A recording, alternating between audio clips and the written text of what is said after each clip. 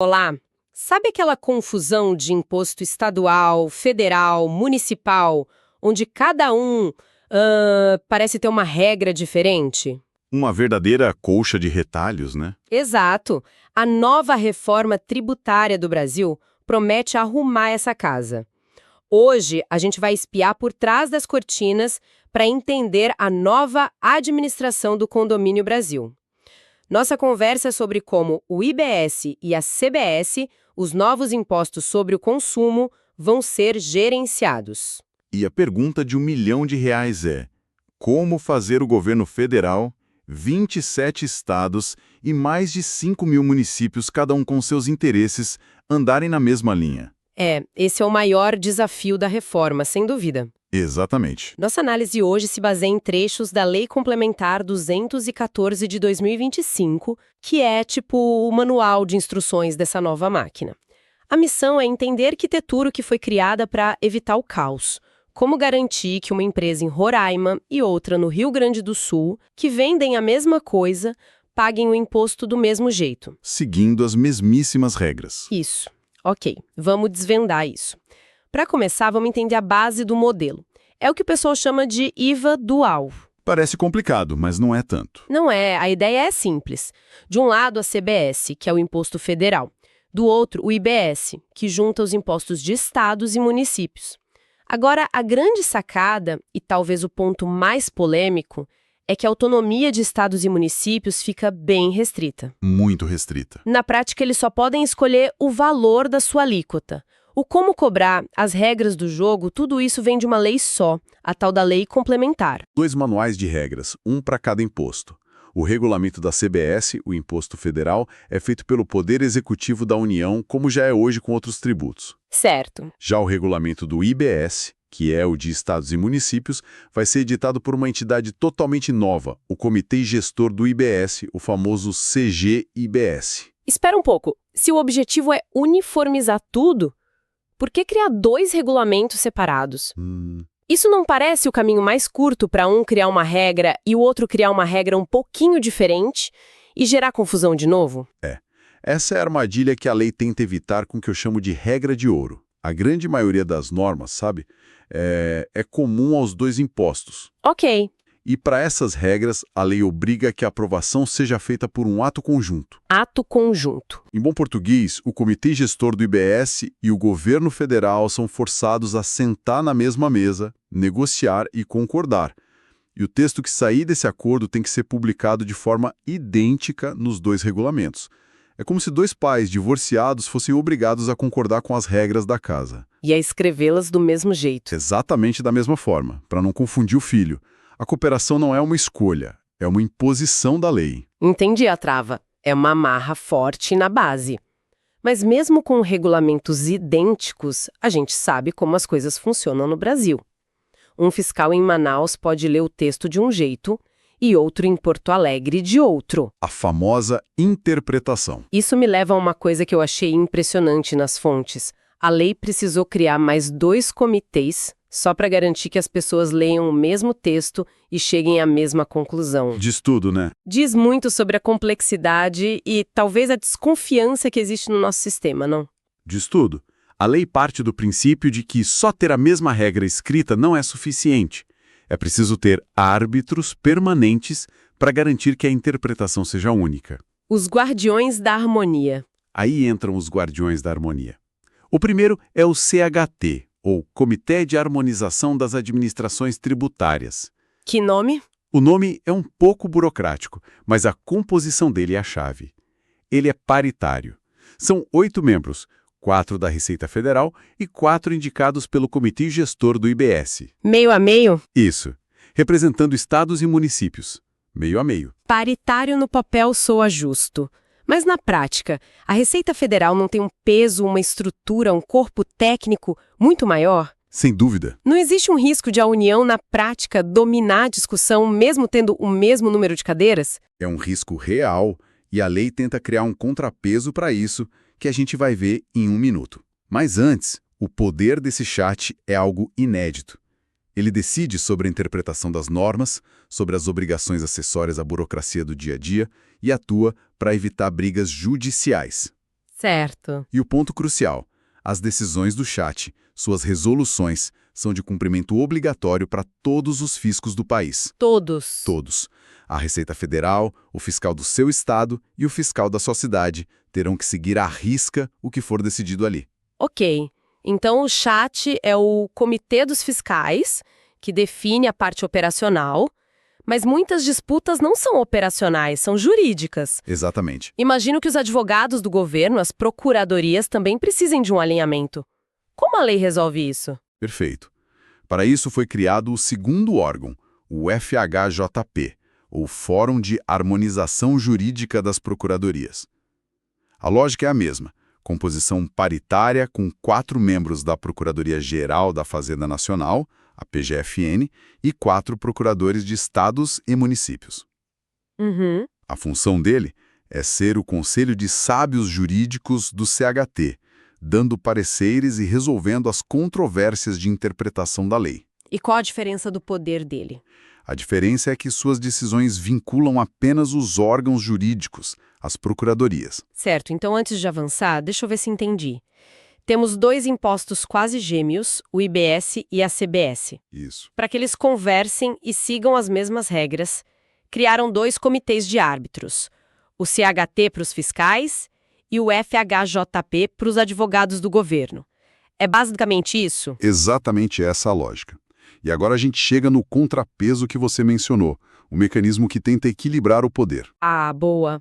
Para qualquer decisão ser tomada, tanto no CHT quanto no FHJP, o quórum de aprovação é a unanimidade dos membros presentes na reunião. Unanimidade. Desculpa, mas isso soa como uma receita para a paralisia. É um risco. Se um único representante de um município pequeno, por exemplo, discordar de algo que a Receita Federal e todos os outros estados querem, nada acontece. Nada acontece. Qual é o risco real de o sistema travar por causa de disputas políticas? O risco é altíssimo. É o grande dilema desse modelo. Por um lado, a unanimidade dá uma força e uma legitimidade imensas para qualquer decisão tomada. Garante que ninguém vai impor sua vontade. Força o diálogo, imagino. Força o diálogo até a exaustão. Por outro lado, você está certa, cria um poder de veto gigantesco. Uma disputa política entre o Estado e a União, por exemplo, pode vazar para dentro desses comitês e simplesmente travar uma regulamentação importante por meses. É uma aposta alta no consenso. Uma aposta muito alta. Ok, essa arquitetura de governança está clara, é complexa, cheia de travas, contrapesos. Mas vamos sair das salas de reunião em Brasília.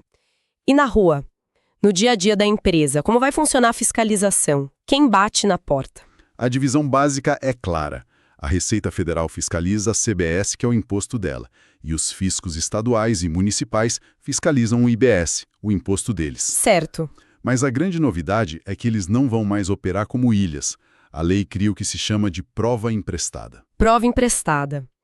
Isso me soa eficiente, mas também um pouco perigoso para o contribuinte. Como assim? Se o fisco estadual comete um erro na sua apuração, esse erro pode ser importado pela Receita Federal e se multiplicar. Como a lei protege a empresa disso? Excelente ponto. O mecanismo permite, por exemplo, que a Receita Federal use uma auditoria feita pelo Fisco de São Paulo para lançar a CBS, sem precisar fazer todo o trabalho de novo. É um ganho de eficiência brutal. Brutal. Mas a sua preocupação é legítima.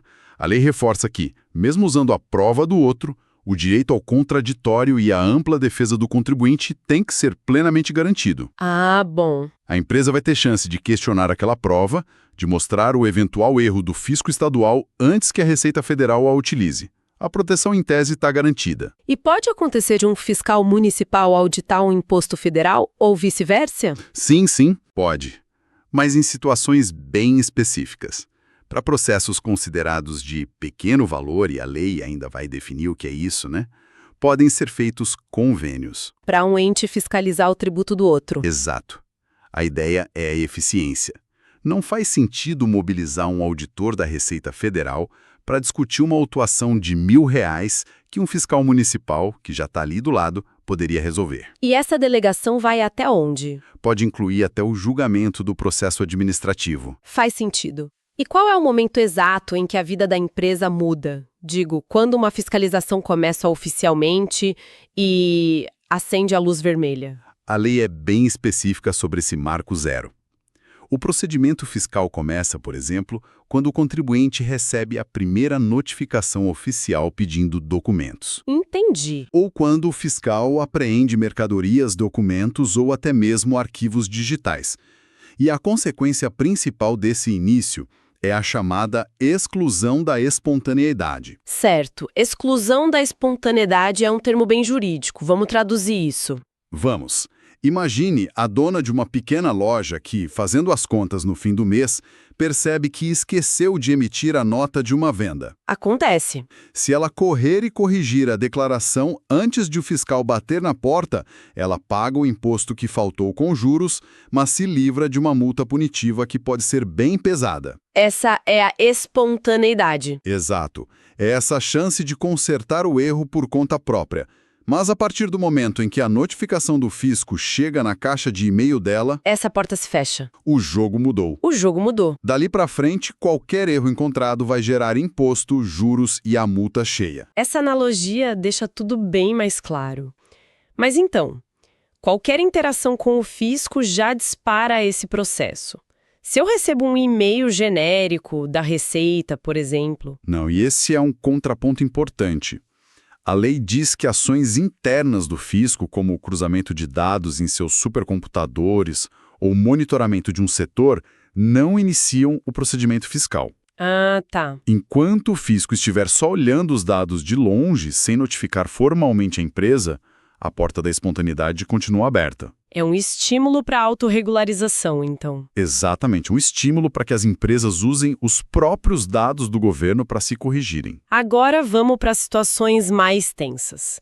O que acontece quando o fisco não está só monitorando, mas tem indícios fortes de que uma empresa está escondendo receita? Aí a gente entra num campo perigoso para o contribuinte, o das presunções legais. Presunções. São situações tão típicas de fraude que a lei inverte o jogo. O ônus da prova, que normalmente é do fisco, passa para a empresa. O fisco aponta a situação e diz: isso aqui caracteriza omissão de receita. Agora prove que eu estou errado. E que situações são essas? As fontes dão exemplos práticos. Sim, e são quase lições de contabilidade forense. O exemplo mais clássico é o saldo credor na conta caixa. Ah, o estouro de caixa. O famoso estouro de caixa. A contabilidade da empresa diz que ela tem R$ 1.000 em dinheiro vivo, mas os registros mostram que ela fez um pagamento de R$ 2.000 em espécie. É fisicamente impossível. A não ser que tenha entrado dinheiro por fora, sem nota. Exato. Advogados tributaristas costumam brincar que essa é a prova mais antiga e eficaz que existe. É matemática pura. Imagino que existam outras, mais sofisticadas. Com certeza. Outro exemplo é manter uma dívida já paga registrada no passivo. A empresa mantém uma dívida fantasma nos livros para justificar a saída de um dinheiro que, na verdade, foi para o bolso do sócio. Entendi. Outra situação comum são depósitos bancários que pingam na conta da empresa sem nenhuma nota fiscal, sem contrato, sem nada que justifique a origem daquele dinheiro. E um que eu acho muito interessante é quando a empresa declara sistematicamente que vende seus produtos com prejuízo. Isso é estranho. Ou a empresa está quebrando ou está vendendo muito por fora. Ok, vamos supor que a situação é realmente grave. A empresa não só cometeu um erro, mas está dificultando a fiscalização, escondendo documentos. Existe uma ferramenta mais pesada na lei para esses casos? Sim, e a medida mais drástica de todas é o Regime Especial de Fiscalização. A sigla é RFF. RFF? Se as outras medidas são o tratamento convencional, o REF é basicamente colocar a empresa na UTI fiscal. UTI fiscal, gostei do termo.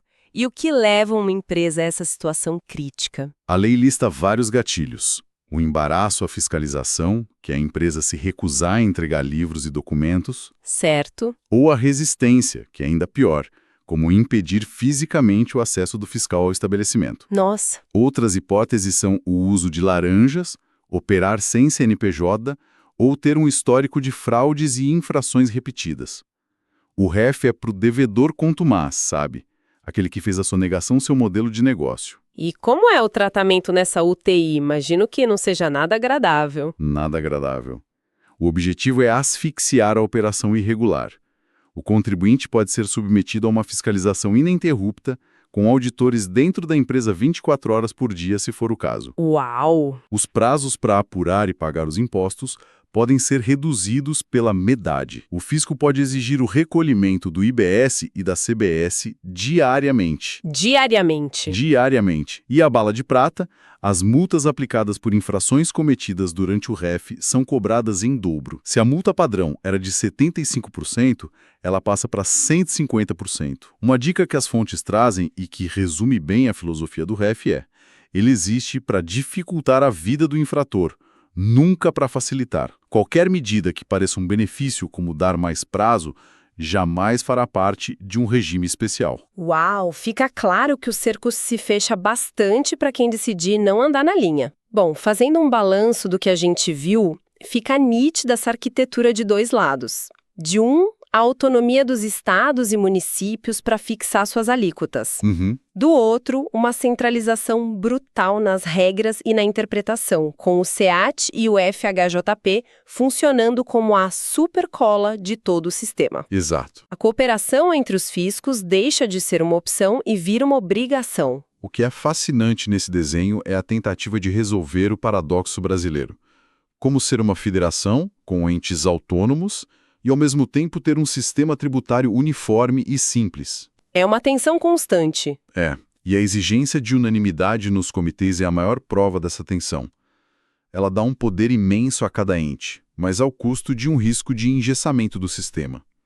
É um equilíbrio muito delicado, que só o tempo dirá se vai funcionar. Exato, e para quem nos ouve, fica uma reflexão para o futuro. Nós falamos muito sobre os mecanismos de punição, como as presunções de fraude e o rigoroso regime especial, mas as fontes também deixaram claro que o monitoramento e o cruzamento de dados em massa são atividades, digamos, preventivas do fisco. Que não punem o contribuinte. Isso.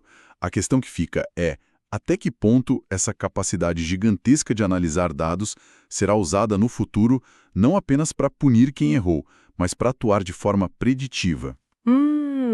Interessante. Será que a gente caminha para um modelo onde o fisco, ao identificar um padrão de risco, poderá alertar um setor inteiro de contribuintes para que eles se corrijam, antes mesmo que uma infração grave aconteça? Tirar a fiscalização do modo reativo E colocar no modo preventivo. A tecnologia pode transformar a fiscalização de um jogo de polícia e ladrão para um sistema de prevenção e cooperação. Fica a pergunta: